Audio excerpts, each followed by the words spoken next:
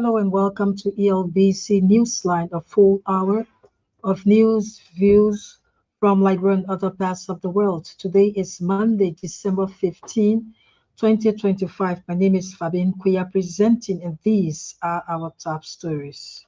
And we invest in education. We are not just building school, but training teachers. Government and World Bank launch Excel project to improve learning across Liberian schools.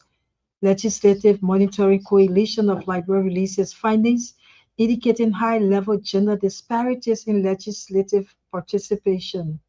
This 3,600 metric tons of food assistance is a concrete proof of implementing the outcomes of the Veggie Summit. Chinese embassy donates 3,600 metric tons of rice to Liberian government, and away from whom Ugandan military confirms it is holding a Catholic priest who went missing nearly 2 weeks ago. These stories and much more, including sports, the weather report, the news in Liberian English and French. But first, Crystal in the news bulletin. President Joseph Boakai has termed education as a foundation for national growth and development. President Boakai believes investing in quality education for all Liberians remains a cornerstone for societal growth. The president was speaking Monday in Monrovia at the launch of the Excellence in Learning project. When we invest in education, we are not just building school or training teachers. We are shaping the future of our country. Education is the foundation on which national development is built.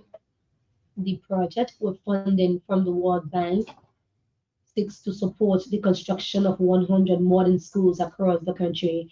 According to President Boakai, the project highlights government's vision to make education equitable and affordable for all citizens. He said the program also underscores the government's unwavering commitment to improve learning outcomes. Through the Excel project, more than 350,000 students will have access to better learning environment and equipment across Liberia.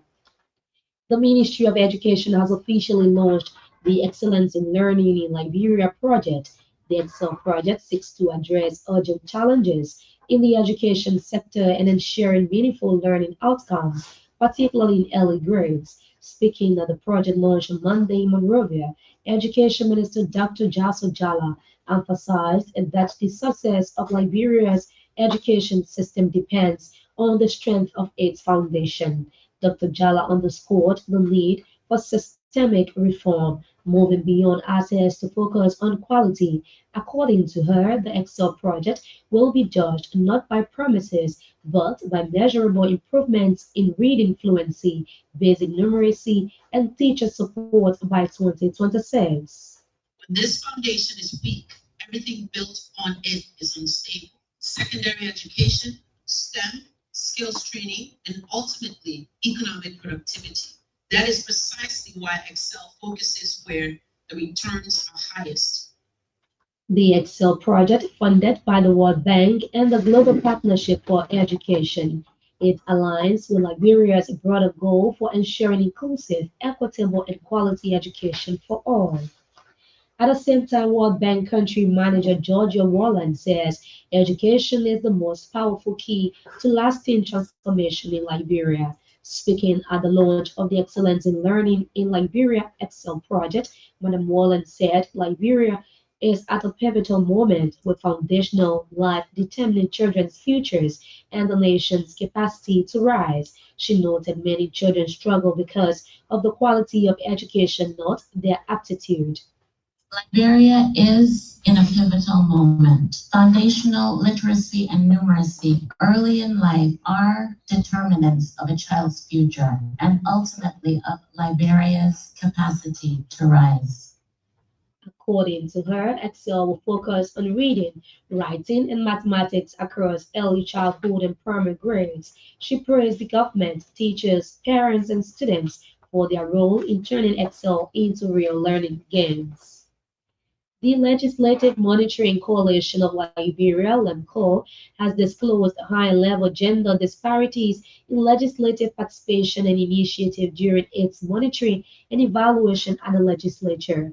Reading the group statement Monday, Mr. Joseph Cheon stressed that though women are present in plenary sessions, their active participation in discussions were limited at both the Senate and the House of Representatives. Mr. Cheon said there were 9 sessions conducted during the second quarter, with women contributing to 3 discussions out of the 9 sessions and 5 sessions recording zero female participation. The findings from Lemco's evaluation also revealed both strengths and weaknesses in legislative performance, indicating that the legislature consistently maintained respect for democratic procedure sessions. The Legislative Monitoring Coalition of Liberia is a coalition of 16 CSOs, the media institutions working around 3 thematic issues of legislative transparency, participation, and inclusion at the legislature. Meanwhile, the Legislative Monitoring Coalition of Liberia has made several recommendations to the legislature to help improve legislative oversight, lawmaking, and accountability to the Liberian people. The recommendations include commissioning the General Auditing Commission to conduct a system audit of the legislature to increase transparency and accountability in financial management of the public funds, ensuring CSOs and the media are allowed to observe committee meetings or hearings. Other recommendations include ensuring that the legislature improves its oversight function by demanding that the executive submits budget performance reports prior to the submission of the national budget, among others. Lemco said monitoring women in legislative deliberations are essential to enable regular participation and inclusion of minority issues in legislative agenda. The Chinese embassy has presented 3,600 metric tons of rice to the Liberian government under the China Aid Emergency Humanitarian Food Program. The consignment, according to Chinese Ambassador Yan Chengwu, is a fulfillment of the recent Forum on China-Africa Cooperation attended by President Joseph Boakai. Ambassador Yen said the rice will help to alleviate Liberia's food shortage and ensure tangible benefits for the Liberian people. Once we make a commitment, we will honor it. It carries the profound goodwill of the Chinese people. I sincerely hope it will help alleviate Liberia's food shortage and bring tangible benefits to the Liberian people. He said the donation signifies China's long-standing commitment to support Liberia's food security and the well-being of the nation and its people. Ambassador Yin disclosed that over the years, the Chinese government has provided several batches of food aid to Liberia. Meanwhile, Commerce Minister Magdalene Dagoza says the Chinese government rice presentation happened at a critical time in Liberia. Minister Dagoza vowed that all processes in the Chinese rice donation will be transparent to ensure it benefits the Liberian people. She praised the Foreign Ministry for fostering strong diplomatic ties with the People's Republic of China, which has yielded significant results. Let me assure the Liberian public the entire process from storage into the warehouse and to the final sale will be done properly. We will work in close supervision with the vendor to ensure this rice is sold at a price that will stabilize the market and accessible to all Liberians.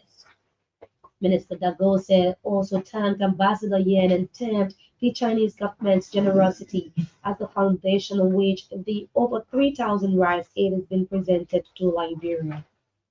Workers of the Liberia Agricultural Commodity Regulatory Authority, LACRA, have refuted front-page African newspapers' recently published scorecard in which LACRA is graded F. The workers, in an interview with reporters Monday, clarified that as opposed to the failure reports published by Front Page Africa, the entity under the administration of its acting Director General Dan Saye has experienced rapid transformation in the sector. The workers named validation and regulation of cocoa and coffee prices on the Liberian market to reflect global rates and creation of marketing department as some achievements of LACRA. Others are hiring of more contractors and unifying the workforce, training of workers, subscribing to the EUDR arrangement for forest management, and supporting local farmers for adequate productivity. The LACRA workers wonder why Front Page Africa would choose to release such poor performance report against LACRA, which was certified by the government in its 2024 performance appraisal. The workers described the newspaper as paid agent, only seeking selfish agenda, and called on the paper to retract such unrealistic performance report against LACRA.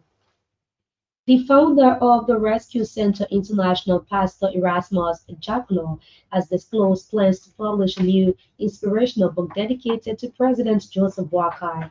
The book, titled The Rising Prospects of Joseph Human Boakai, traces President Boakai's life from humble beginnings, highlighting his struggles, perseverance, and rise to prominence in society, political, and the presidency. Pastor Jacklow said the book is intended to motivate and encourage young people, especially those from poor backgrounds, on pursuing their goals. He explained that the idea came through divine inspiration and his observation of President Wakai's progress during the first 2 years of his administration. Pastor Jacklow also pointed to visible development initiatives and governance efforts as key factors that motivated him to document what he described as a promising leadership journey. Although the book is yet to be officially launched, he revealed that it awaits endorsement from President Joseph Boakai. Bong County Community College, in collaboration with WIAC, has signed a memorandum of understanding to start the resit examination in the county. The MOU was signed to address the difficulties students experience in writing the test, getting results, and easing the stress they undergo during preparation. Our correspondent said persons wishing to resit the exams are graduates of over 10 to 15 years, including elders and students. The president of the college, Dr. Suko Bwema, said the MOU is an opportunity for those wanting to move forward but are hindered by the lack of documents to acquire such papers. And the National Food Assistance Agency over the weekend expanded its food aid distribution to Grand Cape County, benefiting several vulnerable groups and institutions in that part of the country. The benefiting institutions include the St. Thomas Government Hospital, the Cape Mount Central Prison, the Ministry of Gender Safe Children Home. Others include the Group of 77, the Vanzula Orphanage, and the National Union Organization of Disabled. The food items are 25 kg bags of rice and 5 liters cartons of oil. Deputy Director General for Administration at the NFAA, Bob Carter, said the institution is making significant impact in the lives of Liberians. Deputy Director Carter said the food aid project will extend to 8 of Liberia's 15 counties with support from partners. Meanwhile, the Deputy Director General for Operations, Elton Dixon, disclosed that the project is a 50,000 United States dollars funded initiative. At the same time, the city mayor of Robertsport, Thomas Masakwe, expressed deep gratitude to the NFAA for the gesture and pledged the county administration to the entity. Mayor Masakwe described the gesture as timely and will be used for the right purpose. Crystal in the news bulletin.